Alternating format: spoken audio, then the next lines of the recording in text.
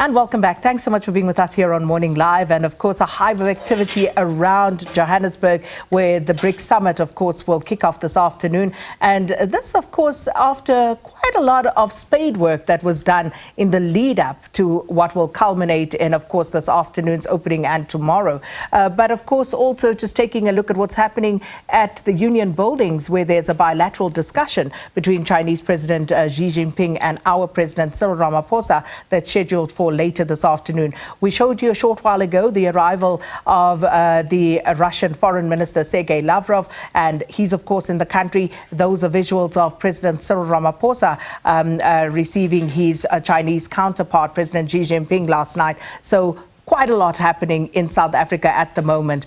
President Ramaphosa will today host the People's Republic of China's President Xi Jinping at his fourth state visit to South Africa. And this will also precede the participation in the 15th Brazil, Russian, India, China and South Africa. That's the BRICS Summit that's being held in Johannesburg for the next 2 days. And China is South Africa's biggest global trading partner. And in July 2018, China announced an investment of $15 billion to South Africa's economy, which included, among others, loans for power utilities and infrastructure. And since then, the bilateral trade between the two countries has grown exponentially from less than R1 billion in 1998 to just over 614 billion rand in 2022. So President Ramaphosa has said that South Africa also wants to address the trade deficit between the two countries. And this morning, we will take a slightly deeper look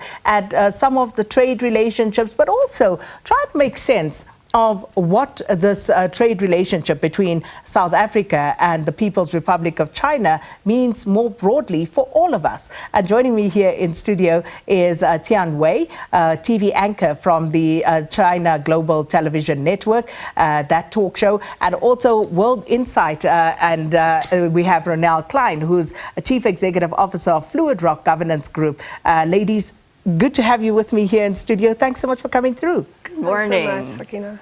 So let's just talk first off about, the electricity, I almost want to say, in the air for this BRICS Summit, because there's been so much in the build-up to what has now culminated in the summit that kicks off today. But there is also palpable tension in some centers about what is to happen. So first off, let me start with you, Ronelle.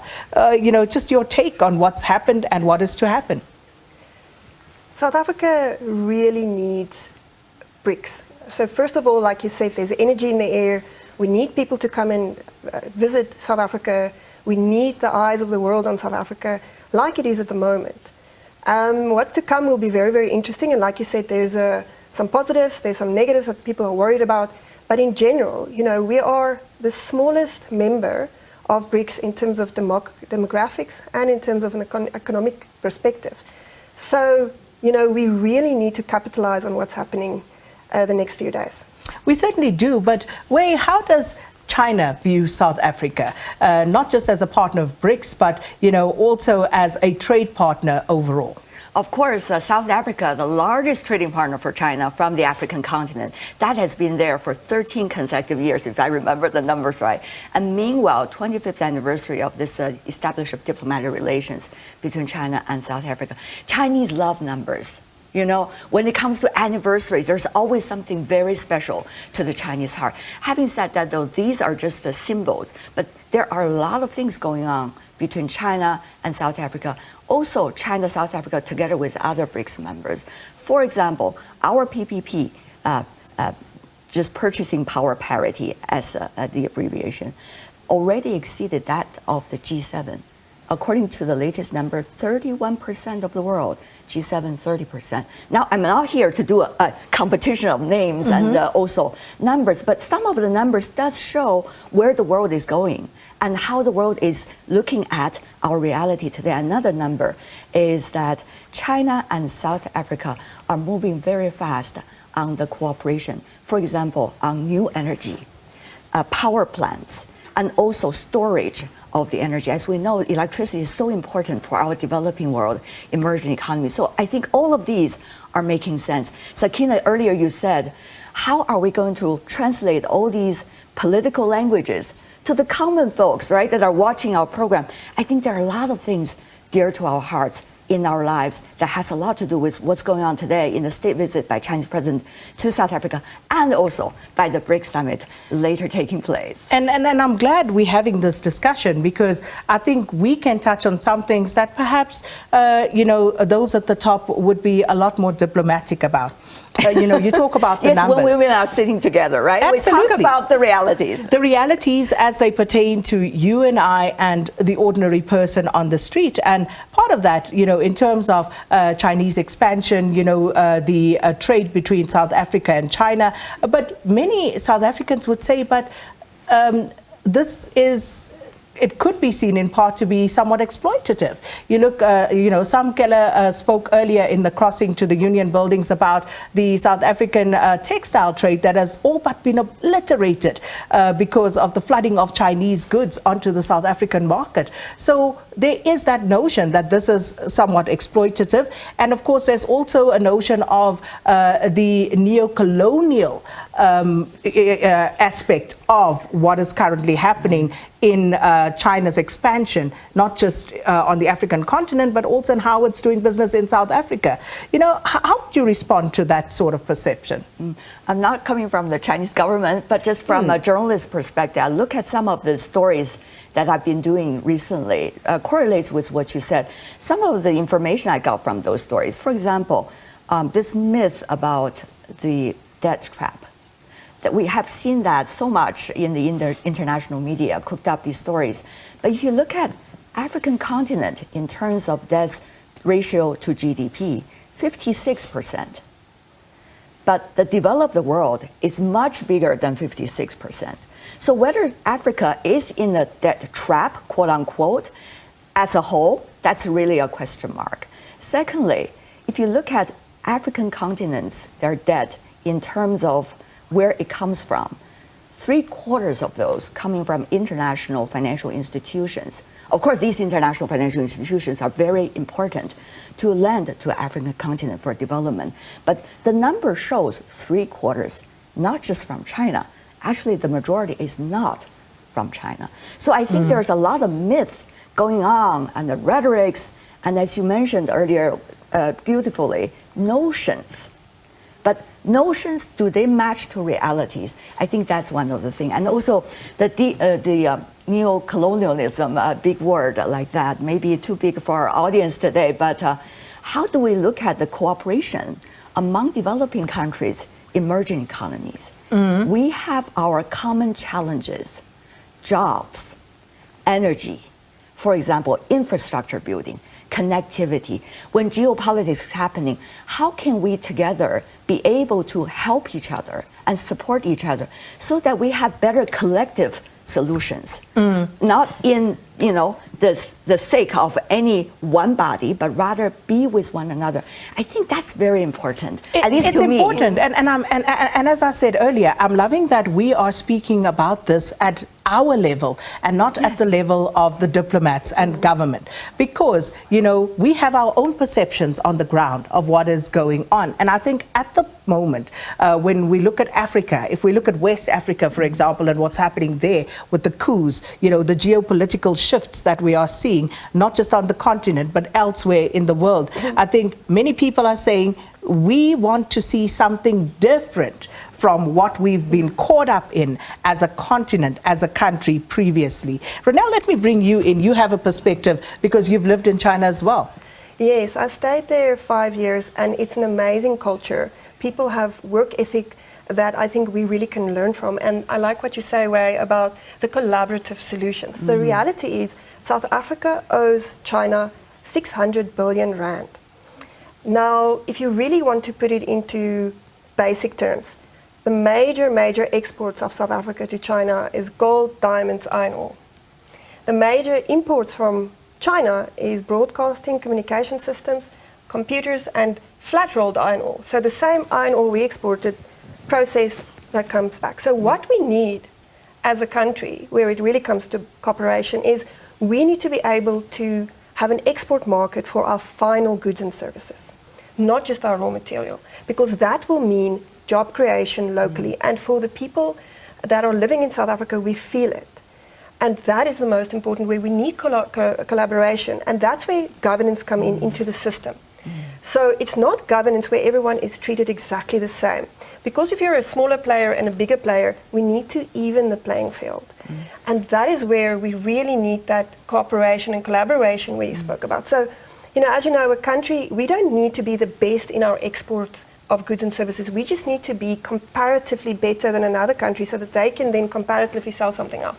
So if we have a comparative advantage in our economic goods and services that we sell, we really can have a really amazing relationship that is good for both parties.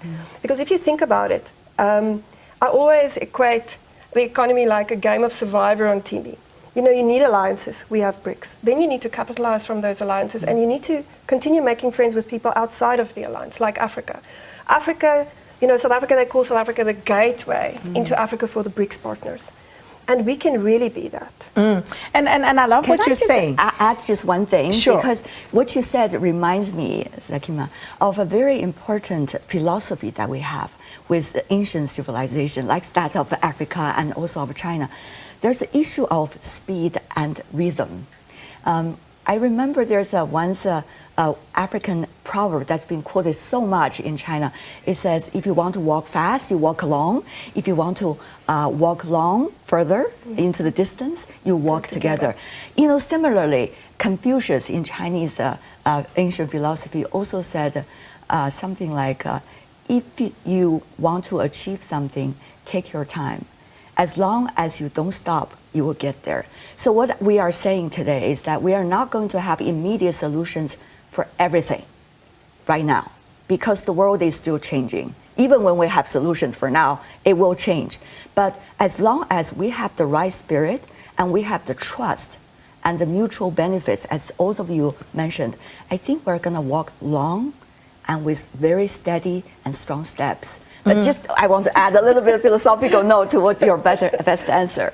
Which is great. But the question, and just picking up on what Ronelle was talking about, is of course for South Africa to emerge from this better. When we talk about the export of raw materials and the import of the very same finished products from those raw materials that we export, it comes down again to what the foreign policy position is. And I think I started out by asking you about, what is China's focus as far as South Africa is concerned? What is the long-term view? Because Ronelle also touches about the point of leveraging on this BRICS relationship. But we are sitting with some of the most advanced economies in the world, and we have load shedding in South Africa. So how is this benefiting us? Follow up to my friend's answer. I think it's a great point. How can we cooperate to bring each other better? I think that is the issue you just mentioned. One of the things is wonderful raw materials, of course, coming from the African continent. We're not going to waste that, right? Why don't we take a great advantage for your economy for that? But at the same time, looking at how emerging economies have been working. Sakina, as you may know, China has the first, second, third, and even the fourth industrial revolution solutions, because we are a developing country. We have witnessed that over the past 4 decades of China's reform and opening up, and how people have been graduating from the first revolution, industrial revolution, to the fourth. So I think the know-how is there. It's just about how can we do better in coordination, and how is the best way and efficient way to learn from one another. That's one thing. But that takes a lot of communication, coordination, cooperation. That's one thing. The other thing is about the global supply chain. We know it has been greatly disrupted at this moment by the pandemic and also by geopolitics. So emerging economies having this potential of being each other's backyard, being able to support one another when the global supply chain in which we used to involved in, South Africa, China, other BRICS countries, now we need to find updated partners in order to make it happen for our economies. So I think these are 2 important points why we are sitting here and why they are sitting there in the conference room. So I think these are very important to everybody. And also I know in South Africa, there's so much wonderful debates about jobs. Think about the young people that are dynamic in this country. I met some of them over the past 48 hours. I was very encouraged because I was visiting one of the biggest bookstores, by the way, in Johannesburg. And the young man just came up to me and said, "Are you from China?" I said, "Yeah." And he said, "Are you here for the BRICS?" I said, "Yeah, I'm covering it." He said, "Do you know any events that I can go that young people can participate and we can make something happen better for the BRICS?" And I was like, really overwhelmed, just in the bookstore, random walking, a young man come up to me and said, "Can we do something together?" So I'm very encouraged by the young people here and also, of course, back at home in our BRICS economies. So they need jobs. What we can do is now create a good ambience and cooperating spirit and the know-hows with one another. So these young people can even have self-employed jobs. For example, on e-commerce, there are a lot of things that people can share in different economies on the e-commerce. China has been doing some of those, but certainly different countries, different circumstances. So the young people here in South Africa, they'll have their chance as well. Sorry, I cut you short. Sorry. No problem, because we are running out of time, but, just talking about beyond the feel-good factors, beyond those who can tap in immediately. I mean, there are many questions that have been asked about South Africa and the friends we keep, for example, in terms of who we are or who we espouse to be, and looking at things like human rights records of some of the friends that we keep as a nation, and these are questions that we need to address if we are going to forge any sort of real long-lasting relationships that are authentic with these partners. So a final word from you, Ronelle. We are unfortunately out of time. Thanks, Akina. Just like you will have corporate governance in a board, you'll have corporate governance on the world stage. We need a balance of power. In the past, when the US, like a spider in the middle, moved, all of us moved with it. So yes, we might keep friends that are criticized, but one of the things that South Africa can do, we are a great peacekeeper. We have the ability to facilitate different pathways, where you spoke about envisioning the future. So we can play a massive role in that. And, we have that African way of sitting around in a circle, really debating, understanding each other's viewpoints, instead of criticizing it from afar.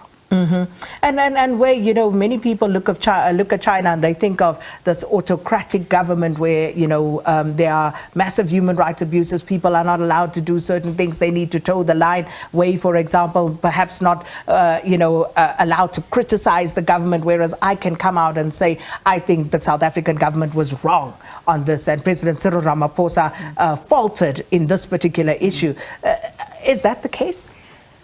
I went to the Mandela Foundation yesterday and had a quick chat with a gentleman who had been doing research about the archives. I know there are a lot of debates about our histories, about the choices we made at one time, the choices we made at other times. But in retrospect, if you look at China and South Africa, maybe I'm just going to talk a little bit in length because we need to look at history if you want to. Back in the 1950s, the Bandung Conference, that was a historical conference in which politicians participated from the emerging economies and, at that time, the least developing economy. People decided we are not going to have the alliance, so-called relationship. So they have a non-alliance movement. And then moving up, we also see interactions between South Africa and China at historical juncture, how they can be each other's inspirations. Meanwhile, I think one country's system is pretty much chosen by their own people. And we also see debates about what is the reality of capitalism and democracies these days. I don't want to go into details. That would take us another 4 hours. Indeed. But, none of the system that we have today is perfect. But all the systems can be more mended in order to fit their own circumstances. That's what I know as a journalist. I'm not a politician, but I think it's important that people are looking around, are discussing, and also interacting, like what we are doing today. I really appreciate this opportunity. So that I feel not only what I hear from the media, but also two ladies coming from South Africa and be my sisters.